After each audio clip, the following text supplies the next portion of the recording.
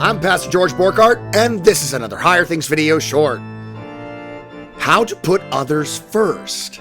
That's the subject of today's Higher Things video short.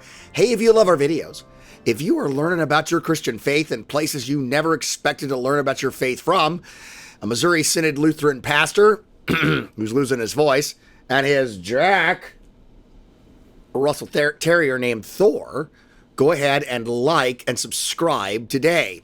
You can also go to support.higherthings.org and give today.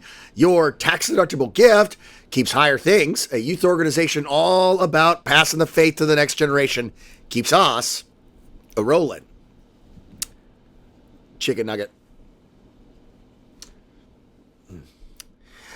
So, this Sunday's gospel has the parable of the wedding feast from Luke 14.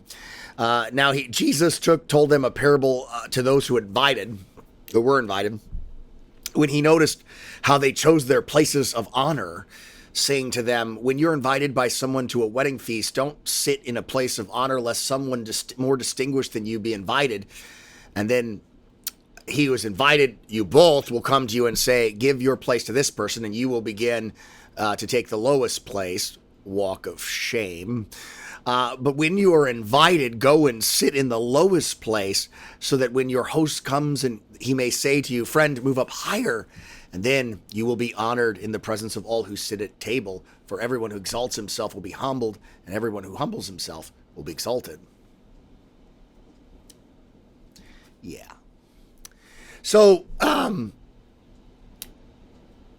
problem with this parable is that we are sort of, our inward sin, our inborn sin wants to exalt ourselves. We want to push ourselves forward. We want to be the line leader. We want to be the one that is ranked first. We want to excel. Now, there's nothing wrong with excelling or being first. The issue is when you are excelling and being first at the expense of someone else, which is what original sin does. We push ourselves forward, pushing someone else down. The great example of this, if you want to see when you are sort of pushing yourself forward at the expense of someone, and we all do this, is if someone tells you a story, and while they're talking, you're thinking about what you're going to say. Or if they tell you about how big of a fish they had, or what they did to their arm, or what surgery they have, you sort of are thinking of, you sort of one up them. I had a bigger surgery, or let me tell you about what happened with me, rather than letting them have the moment. We do this because we forget who we are, or whose we are. We are those who have been bought by the blood of the Lamb. We've been died for. Our worth is not determined by what we are, or what we have or haven't done, or how much we've excelled or not excelled. Our worth is determined by the Son of God, who gave up his life for us, by God who sent his Son to die for us. And so as we sort of, the first thing, he's not even trying. The first thing to sort of grasp in this, that we need to sort of go about this in the way of the gospel. And I want to talk about this later on this week, but we always do this in our video shorts. It's not that we don't love the law. It's that the law doesn't save. It doesn't produce good works. Only the gospel does. And so if I tell you sort of put others first, I'm giving you something but doesn't like enliven you to do that. The law says put others first. Put the needs of others before your own. Love them more than you love yourself, but it doesn't empower you, or I don't like empower. I'm using enlivened. It doesn't enliven you to do that good work. And so if we remember the gospel first and foremost, he is not even trying to catch him, or I'm not throwing him right. But he does love his chicken nuggets. If you remember who you are, it's okay to let someone else go first.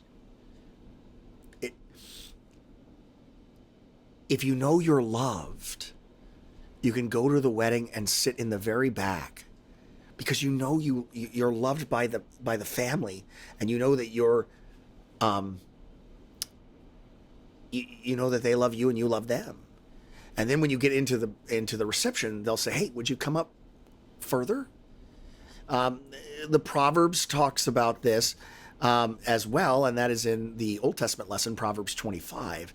But it's enough to say simply, remembering who you are is the first, is the gospel way of sort of putting others forward.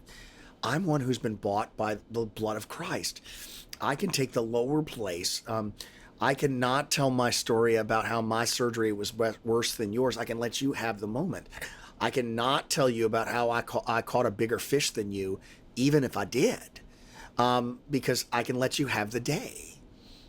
So it's a matter of being, I'm not saying to be comfortable with yourself. It's a matter of knowing your self-worth, and your self-worth is your Christ worth. That's better.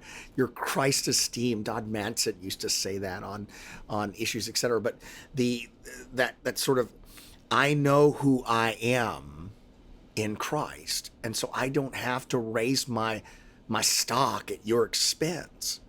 The gospel is that Jesus humbled himself, was born of a woman, born under the law, to buy you back from the law, so that you would be a saint, so that you would have the inheritance of saints. Treat. Right on his head. He's just not in the zone today. And so just remember this. You're worth what you're worth because Christ did what he did for you. And in that forgiveness, in that mercy, you can put others first. Only when you know that you have everything can you give what you have away. You don't need their praise. You don't need to be the top thing. You don't need to be the most important person in the world, because you're the most important person. There it is. You're the most important person in God's eyes, because you're the one for whom he sent his son. The one who humbles himself is exalted, and the one who exalts himself, though, is humbled. I'm Pastor George Borkart, scratchy voice, and this has been another Higher Things video short.